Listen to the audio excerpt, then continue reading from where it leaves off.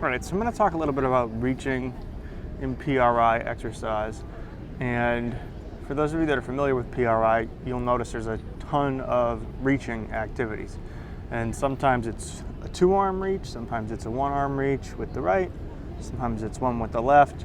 Those can be combined with shifting of either hip or without a shift in the hips. So the question of when to do what and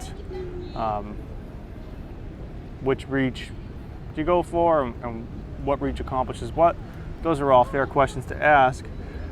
Today I want to talk about some of these activities I've been using recently that have an alternating reach. So you'll tend to be reaching to one side and then the other. And so the activity I want to use as an example is this long seated. So this is a long seated position, alternating crossover activity.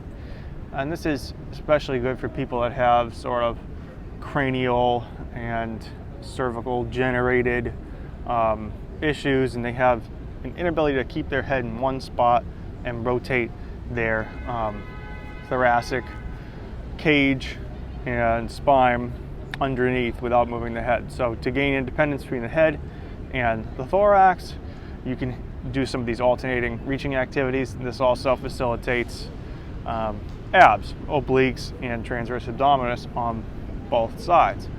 So what's been interesting about doing this specific activity is the question is, which way to reach first. So in general, just based on how most of us are asymmetrical, it's going to be a lot harder for us to shift back into the left hip. So you can see this knee is coming behind the right knee. The right knee is pressing forward as the left thigh is pulling back. And I'm not moving the feet at all here. It's just right in front of left, right knee in front of left. And that shift is occurring back here in the hips. Okay, so we have that. And it's going to be typically harder for us to shift into that hip. And it's typically going to be harder for us to reach forward with the left towards the right and back with the right. Okay, that's kind of going against what we're able to do. So in this exercise, the goal is probably going to be to work on this side a little bit more. And so if you're doing the other side, you do the opposite. You shift back through the right hip, left knee in front of right, and you're reaching across right hand to left toes and reaching back with the left. And so a lot of other PRI sequences, you actually do a right reach first, because a right reach helps you get your left abs to establish proper diaphragm position by taking the ribs down here and establishing that zone of apposition over the diaphragm, right? The bottom ribs come over the diaphragm, and it helps make the function of the left diaphragm more like the right diaphragm.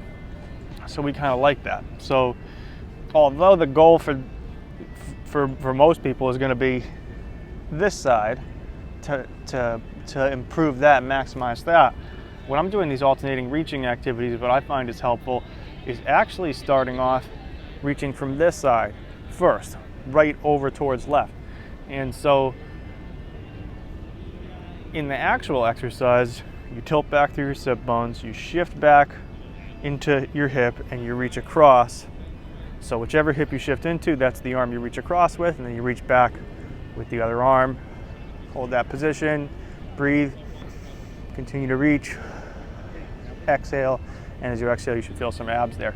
So sometimes when I start this, I don't even do that hip shift back on the right side, and I just start with a reach across with the right, with a big exhale for a long, long time. And I try to feel those left abs first, because that's always a goal for us. So I get the left abs going, I feel them, my brain knows where they are. That zone of apposition is created by the lower ribs pulling over and letting that left diaphragm dome up, so the left diaphragm is working like the right. Then once I get that feeling, I hold on to it a little bit, right? I kind of keep it there, and then I'll kind of start by shifting the left hip back, right knee comes forward, left thigh comes back, I'm shifting it to the left hip, but I still have those left abs on. And then once I'm there, I'll reach back with the right as I reach across with the left. Then do a breath, breathe in, continue to reach, reaching kind of low, right? You don't want to do all the shruggy kind of stuff, reaching low, And because I'm talking, I got my head coming over here. But if I was doing this activity as I was doing it, I had my head up, probably tongue on the roof of the mouth, nice and relaxed. Do this for 4 or 5 breaths. Make sure I still got those left abs on. And now this is my 3rd rep here, and I'm going to shift back into the right hip. Keep the head in the same place. And then come over. 4 or 5 breaths on this side. So then you alternate. And so to recap, my kind of go-to with these have been keep maybe neutral pelvis, reach across with the right first to get left abs on, to maybe even get a little bit of a shift back into the left hip. So I might do a little bit of that with a reach. So that's really going to drive you over here into that left side, into the left hip, right? And get the left abs going to keep the left ribs down. Left diaphragm loves that, right? And so once I get that, the second way will go back while I'm still shifted down here into the left hip. And then from there, once I really got these on, I got here. Now I'll keep these on, shift back, right behind left, left knee ahead of right knee. 3rd rep is over here. And then from there, as long as I got these the whole time, then I'll repeat. And so back with the left, across to the right, head stays in the same spot, alternating side. And then typically each side you do like, 4 or 5 breaths.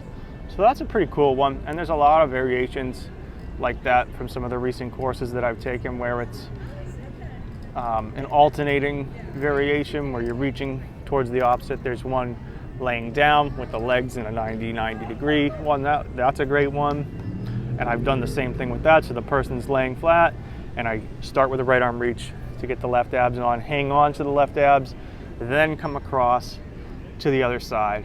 And the feedback I've gotten from people is typically they find it a lot harder, a lot more challenging, and they're able to feel left abs throughout the entire exercise, and they find that it's overall more potent to them doing it that way. So that's something to think about. Right arm reach pushes you into that left hip, left side, get your left abs on. Once you get those, hang on to it, then reach across, because the end goal for most people is going to be left leg back, right leg forward, shifting into the left hip, reaching across, back with the right, forward with the left, moving the torso independent of the head and neck. So you're actually rotating the neck from below, you're rotating the torso from below, and the head is independent to do what it wants. So that's it for today's video. Thanks for joining me from Boston Commons. I'm Greg Chaplin for the Rehab Corner. Have a great day.